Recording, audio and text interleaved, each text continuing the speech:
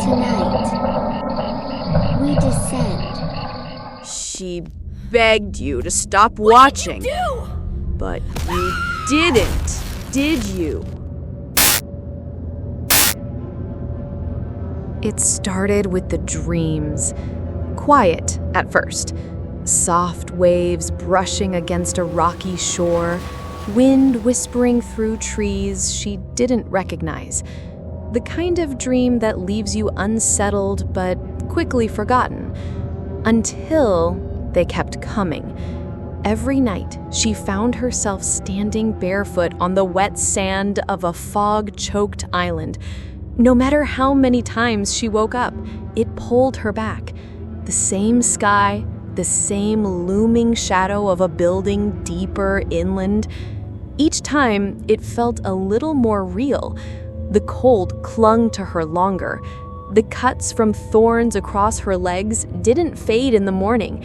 She tried to tell herself it was just her imagination, but her hands said otherwise. She stopped sleeping with the lights off, installed cameras, deleted horror movies from her playlists. It didn't matter. The moment she felt it, that prickling sensation behind her eyes, like someone was staring through her skin, her vision blurred, her body sagged, and the world tilted. She never remembered falling asleep, only waking up on the island again. Her name was Allison. Normal life, normal apartment, normal job. No mental health history, no trauma. She lived alone, worked from home, kept her doors locked and her calendar clean. But she was breaking. In the real world, the fatigue ate at her. Bloodshot eyes, memory gaps. She spoke to coworkers and couldn't recall what she said. Microwave dinners left untouched. Her phone would be open to videos she didn't remember watching. Dark ones, scary ones. YouTube thumbnails with titles like "Do Not Watch Alone" or "Found Footage of a Lost Soul." Always autoplayed, always halfway finished. She didn't click them. At least, she didn't think she did. Then came the noise. In the island's jungle, a distant screech echoed through the trees. Something huge brushing against the canopy. Metal groaning somewhere underground. The sky was always gray, but it felt like something massive stirred behind the clouds.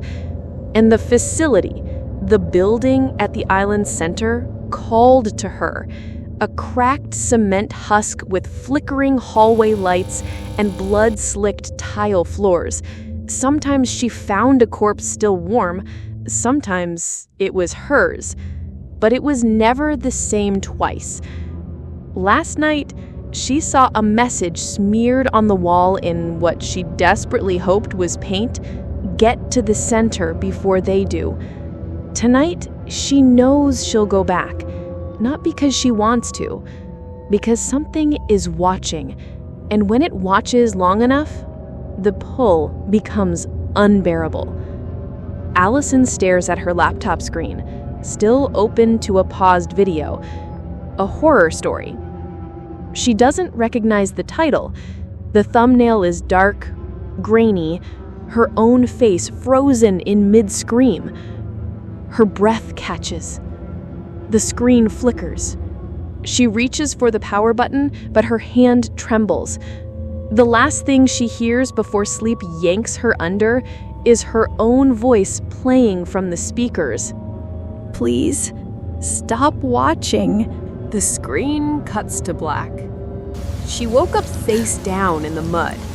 Rain tapped against the leaves above, soft but constant, like static through a broken speaker. Allison pushed herself up slowly. Her arms ached, her clothes were soaked, and her right foot was bare again, the other shoe missing, as always. Her fingers found a deep cut across her palm. The pain confirmed it.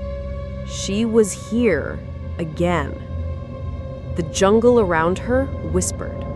Not in words, but in intention. The kind of rustling that feels too measured, too careful, as if the trees were holding their breath. She stood, wiping mud from her face. The same dream, the same island. But this time, something was different. Ahead of her, half concealed by vines and mist, was a rusted gate she'd never seen before, wide open. Beyond it, a cracked concrete path wound through thick underbrush toward the facility's looming silhouette in the distance, towering and crooked, like it had been dropped from the sky and left to rot. She felt the pull again. Not a voice, not a command, just a pressure, like the tide pulling at her ankles. It didn't whisper, "Go." It simply made standing still unbearable. She stepped through the gate. The air changed immediately.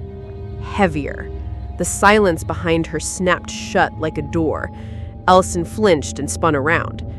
Nothing. Just jungle. Still. Watching. The path wound upward. Cracked pavement shifted under her steps, revealing slivers of movement beneath. Worms? Roots? She didn't look closer. The facility came into sharp review now. 4 stories, windowless on this side, with streaks of rust like dried blood trailing from vents and cracks. She recognized it from her dreams, every detail. She had never been this close. A shadow passed over her. She froze. It wasn't from the trees. It came from above, like something circling. She crouched low, heart pounding, waited. Silence. But when she rose again, her breathing caught. Someone was standing at the facility's entrance. Tall, thin, no features, just a long white coat stained brown and red at the cuffs, its head tilted as if curious, watching her. She blinked. Gone. She didn't run. Couldn't. The pull pressed harder. Her legs moved before her brain gave permission. She walked the final stretch like someone entering confession. The front doors hung askew, yawning open into dark. Inside, flickering hallway lights, a buzzing light bulb swinging above a check-in desk smeared with what looked like old blood. A clipboard rested on the counter. She picked it up. The paper was blank except for one name, Allison March. Her breath hitched. Below it, a timestamp. Viewer engaged, 03:41 a.m. She backed away, but the hallway behind her had changed. No exit, just a single hallway pulsing with dull red light, waiting. She looked down at the clipboard again. The words had changed. Don't let them watch. Her ears rang, her pulse throbbed in her teeth. From somewhere deeper in the facility came a soft click. A camera lens opening, recording. The hallway stretched longer than it should have. Every step Allison took echoed behind her, a beat too late. The red lights buzzed overhead, casting everything in a low, surgical haze. As she walked, she passed closed doors, each one marked with hand-scrawled names on rusted plates. Most were smeared out or violently scratched off. One door stood slightly ajar. Her hand reached out before she even thought about it. Inside was a child's bedroom. Pink wallpaper, a twin bed, stuffed animals arranged neatly across the pillow. The ceiling fan spun slowly, even though no air moved in the room. On the dresser sat a photo frame face down. She picked it up.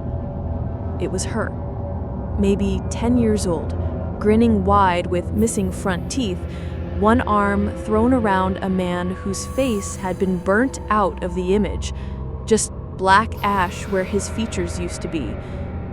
The fan overhead clicked once, then stopped spinning. Allison backed out of the room and shut the door softly. The plaque read, March, A. Her stomach turned. Down the hall, a shriek split the silence. Not human. It gurgled, wet and choking, then stopped. Allison didn't run. Not yet. The pull hadn't let go. If anything, it had grown stronger, like the hallway itself was funneling her forward. She passed another door, this one heavy and steel-plated. Something slammed against the other side. Hard. Once. Twice. Then... She's getting closer. The voice came from behind the door, childlike, mocking. Allison kept moving. The corridor bent left, then again, until it opened into a wide observation room. Cracked one-way mirrors lined the far wall. Tables and restraints rusted with age. And above everything, a humming monitor built into the ceiling showed a grainy live feed of her standing in the room. She waved her hand. The feed followed a second later. There was a delay. She stepped backward. The version of herself on the screen stayed still for a breath too long. Then, suddenly, it moved. Not matching her, just staring, unmoving. Allison turned off the monitor. As she turned to leave, she noticed a new plaque on the wall. It hadn't been there a moment ago. Session, March A, view count, 74,928. Her throat dried. She turned and saw a door labeled Center Wing, sealed with a keypad. She tried random numbers. Nothing. Then, on a whim, typed in the date she found on the clipboard. 0341. The door hissed open. Beyond it, darkness. She stepped inside. The door sealed behind her. A voice whispered directly into her ear, not in the room, but in her mind. They like this part. This is where it gets worse. Something touched her hand. She yanked it away, but nothing was there. The hallway ahead was narrow and lined with televisions stacked like shrine offerings. Each one flickered with different footage, distorted videos of other people screaming, begging, dying. Each clip looped endlessly. Different locations, different victims. On one screen, a woman with Allison's face was curled in a corner whispering, Please, don't let them watch me anymore. Then it cut to static. And another screen lit up. Allison, walking the very hallway she now stood in. It was playing now, live. Title, Because You Watched. Part 3.5, The Feeders. The next hallway pulsed with fluorescent blue light. Allison stepped forward, slow, hesitant. The walls were smooth metal now, sterile and humming like something alive. The corridor seemed to inhale behind her. Ahead, the air shifted. A sign hung from the ceiling, Observation Chamber, restricted. The door slid open on its own. Inside, the stench hit her first, like rust and rot left in summer heat. The room dipped into a sunken pit, its edges lined with curved tiers like an amphitheater. But instead of seats, there were bodies. Dozens of them. Human figures strapped into upright metal frames, every mouth grotesquely sewn open in permanent O shapes. Their eyes were wide, bloated, unblinking. Each one stared at a screen hanging above them, forced to watch. And on every screen, her. Footage of her sobbing, fleeing, bleeding, screaming in a previous loop. Screens flickered between perspectives she couldn't explain. One camera showed her from inside a vent, another from under a table. Allison's breath caught. Her pulse thundered in her throat. She took a step closer. One of the bodies twitched. Its head jerked slightly toward her. She stopped breathing. Its lips moved beneath the sewn flesh. A garbled wheeze escaped, and then, impossibly, a voice slipped through the raw gaps of its ruined throat. They'll let you live longer if you scream loud. Allison stumbled back. The lights above flickered. Every screen turned at once to show her, standing in the room. Every stitched face turned, too. She ran. The door didn't close behind her. It stayed open, inviting. She didn't stop running until she hit another turn, this time into a hallway lined with mirrors. A sign above read, "Future Projection Analysis." The mirrors weren't normal. They didn't reflect her perfectly. Each one showed a different version of herself. One emaciated and crawling. One covered in blood, laughing. One with no eyes, just smooth skin. Another was already staring at her, not moving, not blinking, but smiling. Allison moved past it, carefully, watching her own steps. Each reflection shifted unnaturally behind her. One slammed its head into the glass, another pounded on the inside. One turned away and whispered something she couldn't hear. Then she passed a mirror that didn't distort anything. It showed her. Just her. Until the reflection raised its hand. She hadn't moved. Allison froze.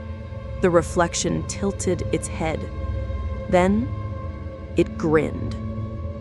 Its hand slammed against the inside of the mirror, cracks split across the glass. Allison turned to run, but the hallway pulsed with pressure. Every reflection now stared at her, dead-eyed, smiling. One licked blood from its fingers, another dragged its nails down the inside of the mirror, screeching metal against metal.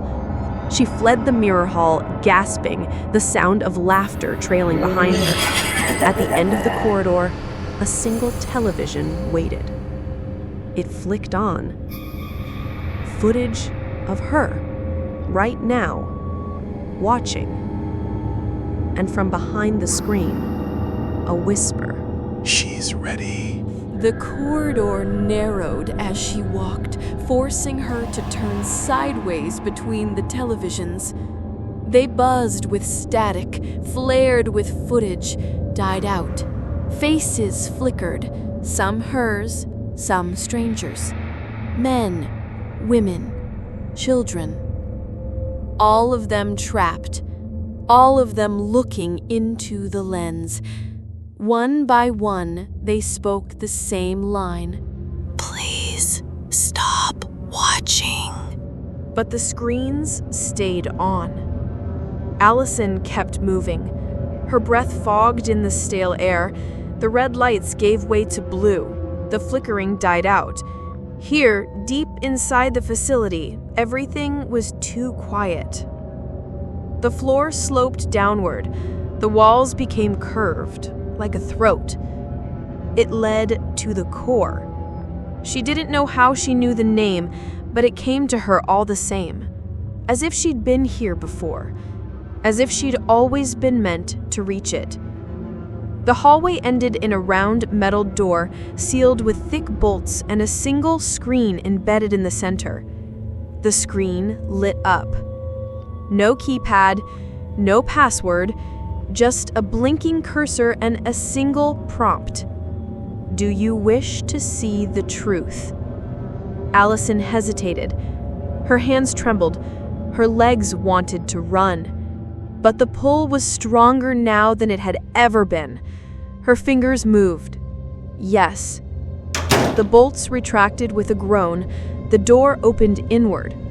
She stepped into a massive chamber, walls covered in dark glass and exposed wiring. At the center of the room, a single steel chair, bolted to the floor, facing a massive monitor suspended from the ceiling. It buzzed to life. At first, static. Then the familiar sight of a bedroom. Her bedroom. The camera was looking in through her laptop webcam. The timestamp read, "Live." She watched as a figure entered the room. It was her, but she was asleep. Allison turned in place. There was no exit, just the chair and the screen. Another monitor lit up beside it, then another and another. Each one showed a different person, some terrified, some catatonic, some violently tearing at their own skin, all seated in similar rooms, all being watched. Below the screens, red counters ticked upward rapidly. Views: 74,929, 930, 931. A low voice echoed in the chamber, sexless and synthetic. They wanted fear. You gave it to them. Allison clutched her head. The sound was inside her skull. You were chosen, not for what you did, but for what they wanted to see. She screamed, but the room didn't react. The monitors shifted. Now they showed comment sections, rows of text scrolling beneath each victim. This one's insane. Love it. Damn, she looks like she's actually losing it. Hope she makes it to the end. LOL. Her legs buckled. She crawled toward the chair, not to sit, but to see the last monitor, the one behind it. It showed someone holding a phone. Their face wasn't visible, but the phone clearly displayed her, live in the core. And behind the phone, a reflection in a darkened window, watching, smiling. They're still watching, Allison. They never stopped. A mirror flickered into view beside the screen.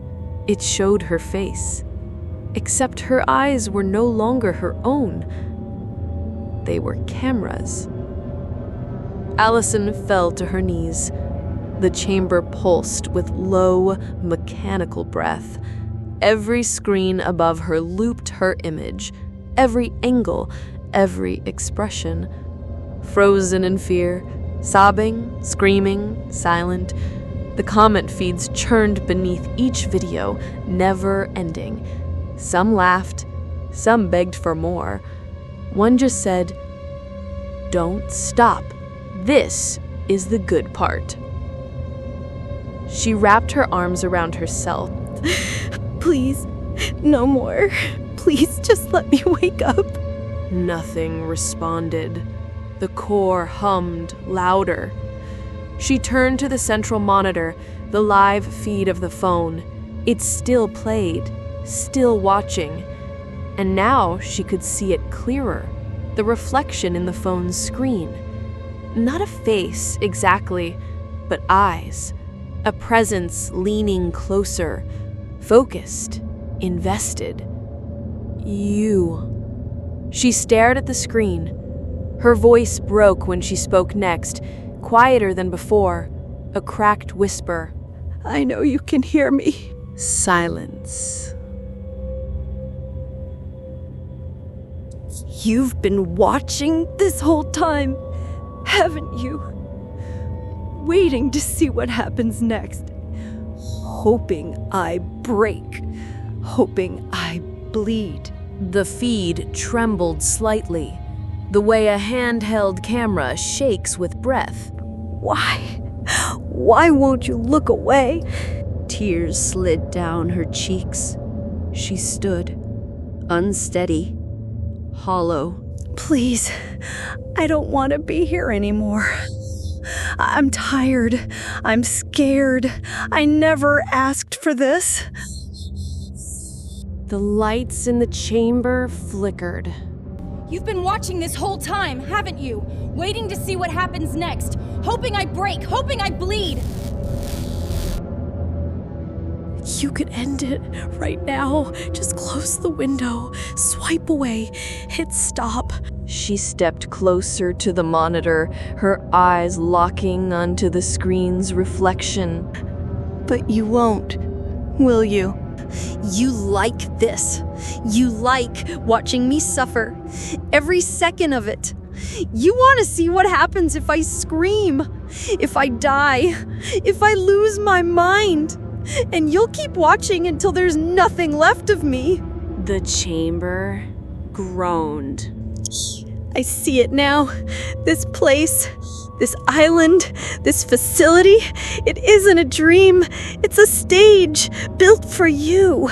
Every room, every monster, every broken mirror, all of it scripted around what keeps you watching. The screens around her went black.